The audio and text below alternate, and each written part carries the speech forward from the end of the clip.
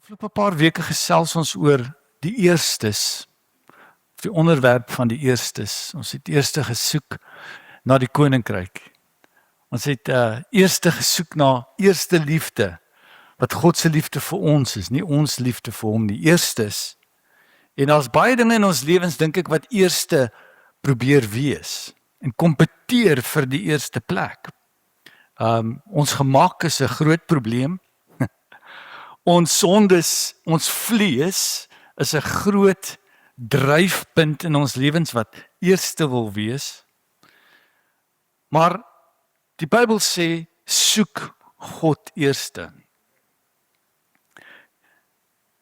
God soek eerste vrugte. He calls it first fruits.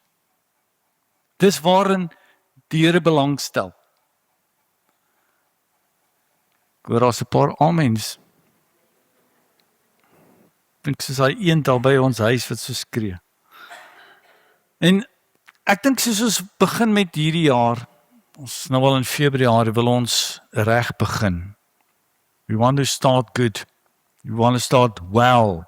But we want to start first with God for it all to become well in our lives. En ek wil met julle praat spesifiek oor die onderwerp van die eerstes.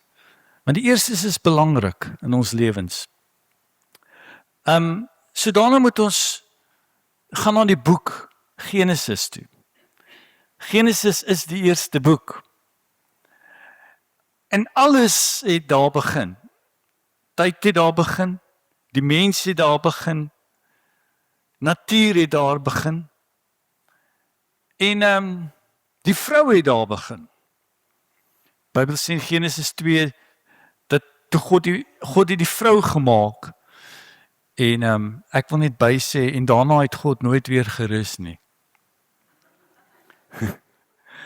En toe maak hy die mens, toe maak hy die man. En daarna maak hy die huwelik. En van toe af het die man nog nooit weer gerus nie. Ons kry die begin van die dood in Genesis.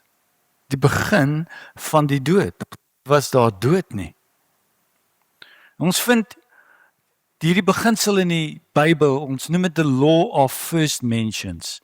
Dat daar waar die Bybel iets beskryf vir die eerste keer en die term gee, is dit van dan af die oorspronklike idee van God, wat van die begin af ook die einde gaan bepaal.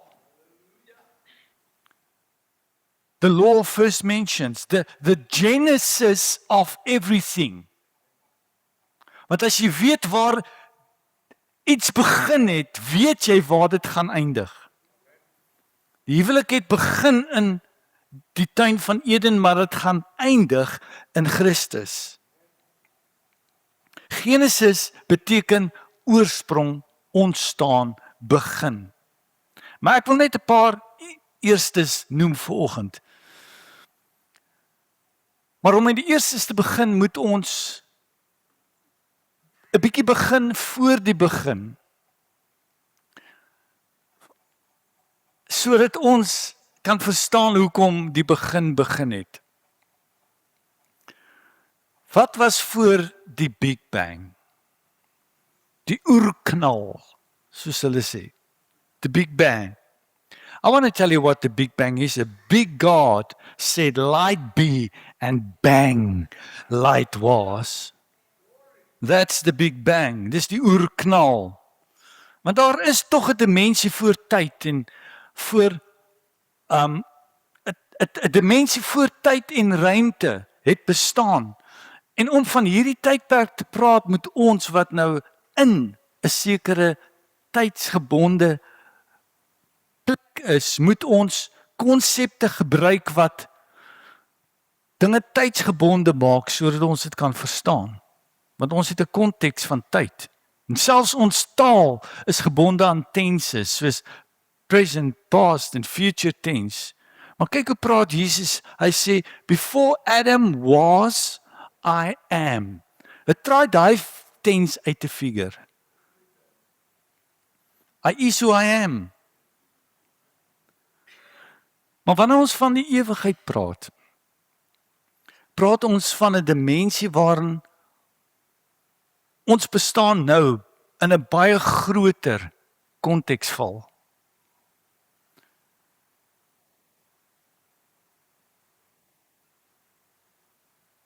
Groter prentjie.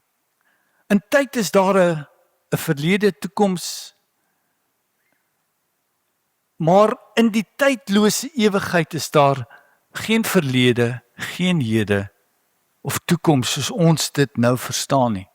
Die mens was nog altyd gefassineer met die konsep van ewigheid. Daarom het soveel gelowe reïnkarnasie wat hulle in glo. Maar ons word nie gereïnkarneer nie. Amen. Het jy al in die middel van 'n fliek ingekom? Jy begin gemis van die fliek, maar jy het ergens in die middel ingekom en nou dat jy kyk, vang jy die, kom ons noem dit die storielyn. Jy snap die storielyn van die storie. En onmiddellik figure jy uit hoe dit moes begin het en jy figure uit hoe dit gaan eindig. Want jy het die storielyn gesnap. Jy hoef nie daar te gewees het in die begin om dit te snap nie. En hier's die ding. Die oomblik toe ons Jesus vind, snap ons die storielyn van ewigheid. Efesiërs 1:3, Spreuke 3 vers 11 sê, alles het hy mooi gemaak op sy tyd. Ook het hy die eeu in hulle hart gelê, sodat die mens die werk wat God doen van begin tot einde kan uitvind. Ek wil vir u sê, u kan verseker wees dat God die einde nie aan noodlot oorgelaat het nie. Amen. Hy is die begin en die einde. Jesaja 46 sê, wat van die begin af verkondig die einde. En van die voortyd af, wat nog nie gebeur het nie, wat sê, my raad sal bestaan en al wat my behaag, sal ek doen. So kom ons gaan na die eerste. En daarvoor, wie eerste was, gaan ons nou nie Genesis toe nie, maar ons gaan Johannes toe. Johannes 1:1 sê, in die begin was die woord. In the beginning was the word. Daar is 'n wysheid wat nie sy ontstaan gehad het in hierdie wêreld nie, maar uit ewigheid uit, van voor die wêreld. Iets wat nie deur mense uitgedink is nie. Dit het begin nog voor die skepping, voor ons hier was. In Korintiërs 2 praat daarvan, hy sê, tog spreek ons wysheid onder die volwassenes, maar 'n wysheid nie van hierdie wêreld, of van hierdie wêreld se heersers, wat vergaan nie. Maar ons spreek die wysheid van God, wat bestaan in verborgenheid, wat bedek was, en wat God van ewigheid af voorbeskik het, tot ons heerlikheid.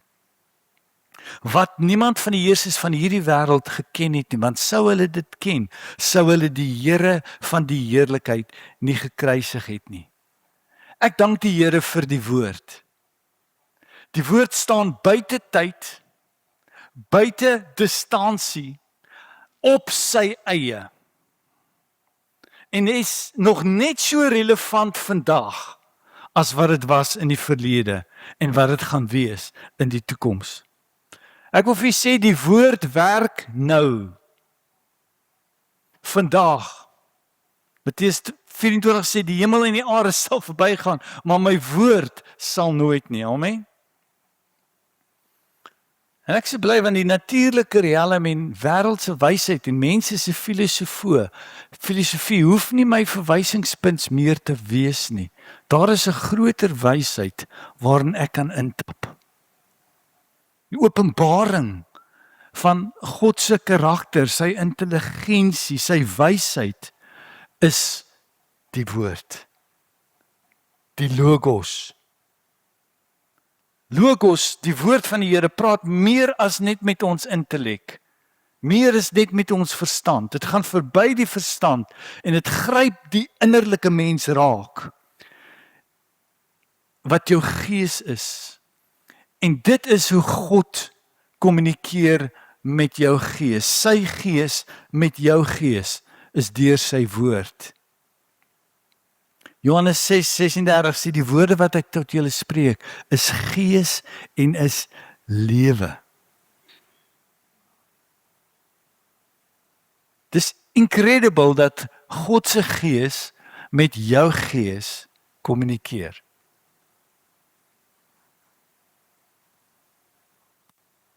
Ek is lief vir God se woord, want dit is geestelike stimulasie. Nie net intellektuele stimulering nie. Dis lewe vir my innerlike mens. In Korintiërs 2:9 sê maar soos skrywe is wat die oog nie gesien, die oor nie gehoor en die hart van 'n mens nog nie opgekom het nie, het God voorberei vir die wat hom liefhet, maar God het dit aan ons deur sy gees geopenbaar, want die gees ondersoek alle dinge, ook die dieptes van God. Maar die natuurlike mens, 2 Korintiërs 2, neem die dinge van die gees van God nie net aan nie, sommer nie. Want dit is vir hom dwaasheid. En ek wil vir julle sê, baie intelligensie is dwaas. Kan ek 'n amen kry? Baie wat menslike intelligensie is dwaasheid by God. Want dit is vir hom dwaasheid sê en hy kan dit nie verstaan nie, omdat dit dinge geestelik beoordeel word, maar die geestelike mens beoordeel wel alle dinge. Self egter word hy deur niemand beoordeel nie. Dan sê wie die sin van die Here geken, dat hy hom sou kon onderrig. But we have the mind of Christ. Nou wil ek vir julle sê, watter wese is daar wat die kapasiteit het om 'n intelligente gesprek met God te kan hê? Jy weet, ek is lief vir my brakke. En ek het baie keer 'n gesprek met hulle. Hulle praat met my, ek praat met hulle. Maar daarso is 'n beperking in ons kommunikasie. Want soort soek soort. Amen, daar's net 'n sekere vlak wat ek met daai hond kan kommunikeer. Al is ek baie lief vir hom, maar hy is nie dieselfde, maar wanneer dit by my en van myn kom, dan verander die gesprek, die verhouding verander, want soort soek soort. En die ding is, God soek gemeenskap. Maar hy soek dit met iemand van gelyke waarde. En dit is jy. Want watter wese het die geestelike intelligensie en kapasiteit om met God te kan kommunikeer? Jy het. Intimiteit is die verhouding tussen gelyke waardes. So kom ons kyk hoe God met ons kommunikeer. In die begin was die woord, sê Johannes 1, en die woord was by God en die woord was God. Hy was in die begin by God. Dan sê alle dinge het deur hom ontstaan. En sonder hom het nie een ding ontstaan wat ontstaan het nie. So, in die begin was die Logos, sê ons. Die Logos, wat is die Logos? Die Logos is die geskrewe, vaste, en luister hier, objektiewe woord. Dit is die Bybel in geheel, nie net 'n stukkie nie. Wat altyd daar was, ongeag wat gebeur het. Wat altyd waar is, ongeag hoe jy voel oor iets.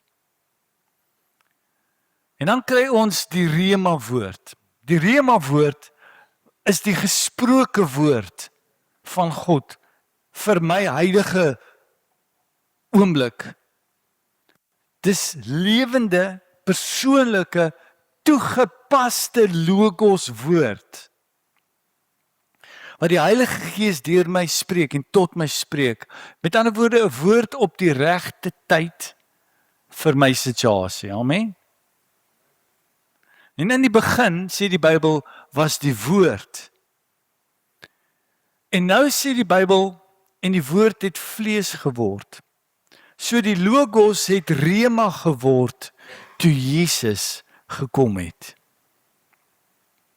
Die Bybel sê, die mens sal nie van brood alleen lewe nie, maar van elke Rema, is die woord daar, van elke woord wat uit die mond van God gaan. So hierdie Rema is soos manna in 'n woestyn, wat elke dag gehaal moes gaan word en nie verouder of oorgestaan het na die volgende dag toe nie. Dit is wat ons nodig het, daaglikse gesproke woord. Om dit te hoor, nie net in gister se geskrewe woord te hê nie. En die groot ding is, soveel kerke is eintlik maar net museums van die geskrewe woord. En het nie saam met God beweeg, toe hy beweeg het nie. En in die kerkwêreld is daar 'n ander probleem vandag, want hierdie Rema woord is eintlik die nou woord vir soveel fokuspunte in kerke. En dit gaan alles om te hoor wat God nou sê. En seker, nou sê, maar stadig maar seker word die fondasie van die geskrewe woord uitgegooi en vervang met so 'n tipe van 'n kits evangelie. 'n Quick fix vir 'n probleem wat ek het. Gedryf deur oppervlakkige obsessies om die volgende profesie, nuutste revelation net nie te mis nie. En sodoende is die essensie van die woord vervang met 'n mooiste gedagte van die dag. Dis baie nice dat ons hierdie goeie stuur vir mekaar en alles. En dan kry ons vandag 'n nuwe vertaling en ergens verloor ons die storielyn. Want die storielyn moet Jesus bly. Amen. Ergens het ons die kern, die essensie, die ware inhoud van die woord verruil vir 'n afgewaterde, godsdienstige, afgewaterde, moderne version van een of ander TV-evangelis wat almal volg. Want die ware inhoud van die woord is nie soseer 'n fashionable nou woord nie, maar dis eerder die persoon van Jesus Christus en sy manier van natuur en dink wat ons aanleer. Luister, die Rema kan nooit die logos weerspreek nie. Die logos gee fondasie. Die Rema gee rigting. Die logos gee kennis. Maar Rema gee geloof. Geloof is deur die gehoor en gehoor deur die woord van God. Rema is geloof. 'n Rema woord kan nie apart van die logos staan nie. En luister hier, alles wat God wou sê vir die mens, het hy alreeds in Jesus kom vestig. Die logos, lank voor enige letter van die woord geskryf is, die oorspronklike en ware gedagtes van God, kommunikeer aan ons niks anders belangriker as die persoon van Jesus Christus aan ons nie. Amen. En so, Johannes 1:14 sê, hierdie woord het vlees geword en onder ons kom woon. Nou, die vleeswording van Jesus is beplan nog voor die kruisiging, nog voor hy aarde toe gekom het. Revelation says, worthy is the lamb that was slain from the foundations of the world. Amen. As 'n liedjie wat ons gaan sing in, sit gou die klavier aan vir my. Ek glo as 'n liedjie wat ons gaan sing in die hemel, dit sê behold the lamb. Ek kon die kort nie lekker kry voor die tyd nie, maar ek weet nie of dis nie nodig hier word. Behold the lamb slain from the foundations of the world, for sinners crucified, a holy sacrifice. Behold the Lamb of God, behold the Lamb. Okay, daai versie gaan nie heeltemal in die hemel wees nie, maar dit gaan naby wees. Amen. 'n Paar mooi koords wees in daai song. Maar die woord van die Here is volledig. Dis wonderlik. En woorde kon nog nooit God heeltemal openbaar aan ons nie. Net 'n verhouding met Jesus Christus kan. So Jesus, as jy die Bybel probeer verstaan sonder Jesus, gaan dit nie sin maak nie. Jesus is die volledige, totale en finale logos van God. God het niks meer, luister hier, God het niks meer om te sê as wat hy alreeds gesê het in Jesus nie. Al die rituele, al die wette, al die skaduwees van die Ou Testament het nou tot vervulling gekom. En het relevant geword toe Jesus vlees geword het. Hebreërs 1:1 sê, nadat God baie keer op baie maniere in die ou tyd gespreek het deur die vaders, deur die profete, het hy in hierdie laaste dae tot ons gespreek deur Jesus Christus. En dan sê Hebreërs 1:3, hy sê, hy, wat die afskynsel is van sy heerlikheid en die afdruksel van sy wese en alle dinge dra deur die woord van sy krag. Nie die krag van sy woord nie, hy hou alle dinge by deur die woord van sy krag. Everything holds together by what God said. It's powerful. Dieselfde woord wat gesê het, laat daar lig wees, is dieselfde woord wat jou dra en jou bymekaar hou. Alles staan, luister hierso, alles staan nie op die krag van God nie, maar alles staan op die woord van sy krag.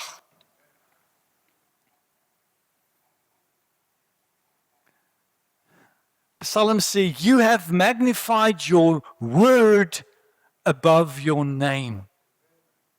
Your word.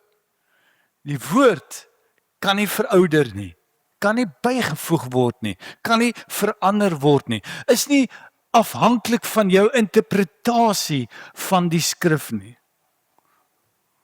Want God stel belang om soveel meer aan jou te gee in Jesus. So dis die heel eerste waaroor ons nou gepraat het, is die logos, die woord van God was eerste. Nou, die tweede ene vanoggend is, die tweede eerste is jy. Jy bestaan al lankal. Efesiërs 1:4-5 sê, soos hy ons in hom uitverkies het, voor die grondlegging van die wêreld. Wat was ook voor die grondlegging van die wêreld? Jesus. Die lam van God. Maar hy sê, hy het ons in hom uitverkies voor die grondlegging van die wêreld om heilig, sonder gebrek voor hom in liefde te wees, deurdat hy ons voorbeskik het. He has predestined you. That's a big thing. God het nie gesê toe jy gebore is, wat gaan ons met hierdie een doen nie. Jou ma mag dalk so gesê het, jou pa mag dalk so gesê het. Want ten spyte van al die pragt in die natuur en die variëteite en dieresoorte, as God na die mooiste skepping van hom verwys, kyk hy terug na alles, elke dag en hy sê, dit was goed. Maar toe hy terugkyk na die mens, toe sê hy, en dit was baie goed. Hierdie meesterstuk sou 'n selfportret wees van God. 'n Visie van homself, sy beeld, sy gelykenis in jou. En elkeen sal 'n unieke ekspressie wees van wie hom gemaak het. Toe God jou gemaak het, het hy die mold weggegooi. Jy is original. Jy weet, ek kon nooit deur die jare liking kry wat hulle noem in 'n copy nie. 'n Copy van iets nie. Maak nie saak hoe mooi daai beeld is of hoe mooi daai skildery is nie. Dit is anders as om deur dieselfde skilder wat persoonlik daar was, geskilder het as 'n kopie van hom. So jy is nie 'n kopie nie. God is nie 'n dupliseerder nie. If two people are totally identical, one is totally unnecessary. God was betrokke, inteendeel intiem betrokke by jou ontstaan. En nadat hy jou gemaak het, gooi die mold weg. En hy sê in Psalm 139, uit my niere gevorm, my moederskoot geweef. Ek loof U, omdat ek so vreeslik wonderbaar is. Maar net nie vir mense sê is vreeslik wonderbaar nie. Maar weet dit is wat God ons gemaak het. Hy sê, en my siel weet dit al te goed. My gebeente was vir hulle nie verborge toe ek in die geheim gemaak is nie, kunstig geweef in die dieptes van die aarde. U oë het my ongevormde klomp gesien en in U boek is hulle almal opgeskrywe, daar dat alles bepaal was, toe nog geen een van hulle daar was nie. Kyk, daar's 'n deel van die mens wat nie sy oorsprong in die aarde het nie. Ons is gemaak van die stof van die aarde, ons vlees is, maar ons gees is gemaak uit 'n dimensie, uit 'n gedeelte wat vir ewig gaan bestaan. En daar is iets van die woord van God en die gees van 'n mens wat aan mekaar verbind word.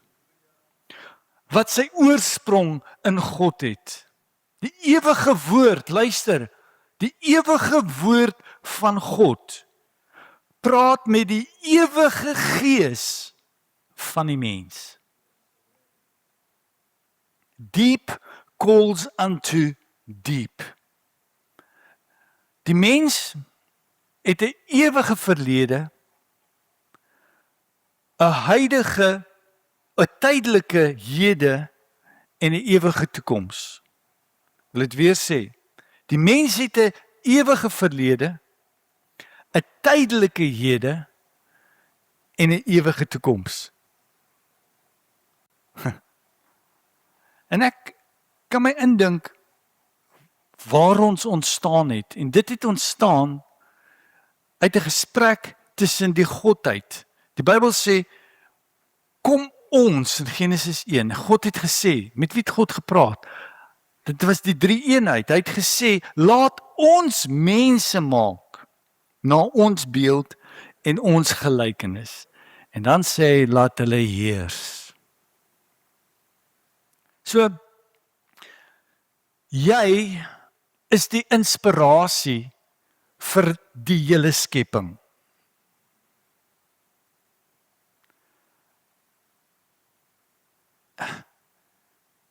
God het besluit, ons gaan mense maak.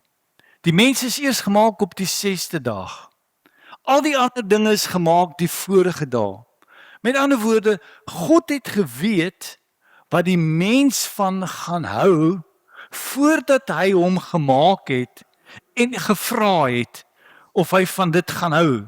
God het jare terug al die diamante op die aarde gesit en die goud, want hy het geweet daar gaan vroumense wees.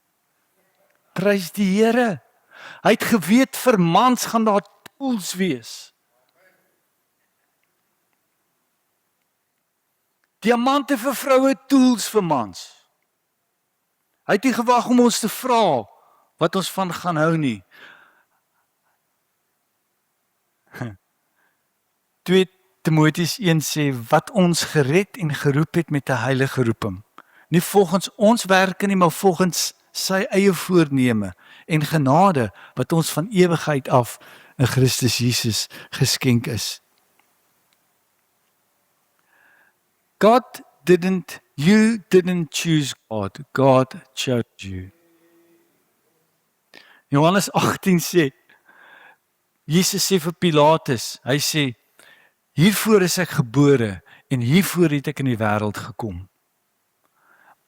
You were born for this. Lady Gaga is verkeerd wat sê, I was born that way. Wat sê sy? It doesn't matter what happens to me. It matters what God is going to do through me. It matters what's lying ahead of me. En vandag wil ek vir sê, nooi Jesus jou uit terug te keer na sy oorspronklike ontwerp vir jou. Die Bybel sê as iemand in Christus is hy 'n nuwe skepping. Die ou dinge het verbygegaan, alles het nuut geword. Wanneer hy sê ek is 'n nuwe skepping, sê hy nie dat ek moet bygelas word, daar moet patches in my lewe kom net om 'n paar veranderingkies te doen nie. Hy sê nee, hy maak my 'n nuwe skepping. Hy maak ons weer nuut terug na ons oorspronklike werk. Sy woord bring intimiteit in ons lewens wat ons align weer met God. En as ons daarmee align is al die ander dinge in ons lewens in orde, begin in plek val. En ek weet nie of u die gewig van jou verlede dra en van jou foute en van jou hartseer nie. Maar in Christus, Jesus, is daar nuwe lewe. Is daar vergifnis? Is daar hoop? Is daar identiteit? Amen. Ek bedoel, my verlede, ek is gekoppel aan 'n bloedlyn, 'n natuurlike bloedlyn op aarde. Maar daai bloedlyn komplementeer nie altyd my nie. Dit is inteendeel die instrument wat vloek oordra en wat skuld oordra en wat die vyand gebruik in my lewe om my identiteit te smee en te maak en sê dit is waar jy vandaan kom. But there's a bigger reality in my life. I was born for this. I was born for godly kingdom righteousness.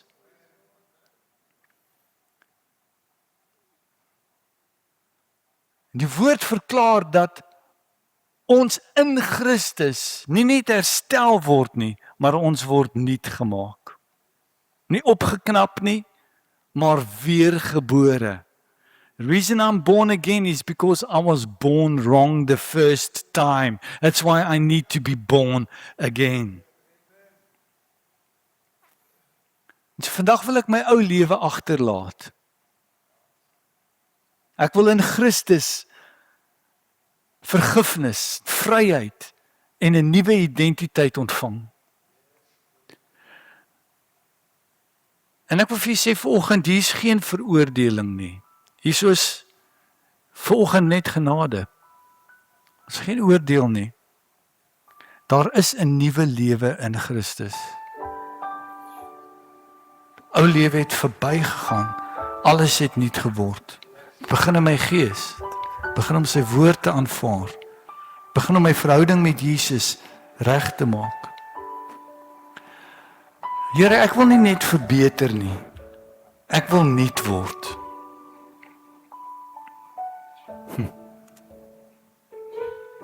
Ek wil beweeg uit my bloedlyn vloeke in die bloedlyn seëninge wat in Jesus vir my gehou is. En ons twee dinge wat beklei in my lewe. Een is Adam en die ander een is Jesus. Adam bring in my vloek, my gebrokenheid, my skuld. Maar Jesus bring my geregtigheid, my genade, my heiligheid. Wie ek is. Ek is meer soos Jesus as wat ek Rabe is. Amen. Jesus het nou my geregtigheid, my genesing, my vergifnis geword. Ek wil vra om saam met my te staan. Die Bybel sê, soos wat ons in Adam gesterf het, het hy ons lewend gemaak in Christus. So ek wil vra om my oë toe te sluit. En ek wil vra om my hande op te steek. En om die volgende belydenis saam met my te sê. Here, u bloed spreek van 'n beter belofte. 'n Beter woord as wat ek verloor het in Adam. Dankie dat u my gevind het in Jesus, voordat u my verloor het in Adam. En so ek breek met Adam se bloedlyn. En ek neem my plek in Jesus in. Deur die bloed van Jesus is elke vloek gebreek. Elke patroon gestop. Elke skuld betaal. Die verlede het nie gesag oor my nie. My toekoms is vas in Jesus. Dankie, Here. Die Heilige Gees trek ons na U toe. Jesus breek al die bande en die kettinge in ons lewens. Ons kom nou na U toe, o Vader.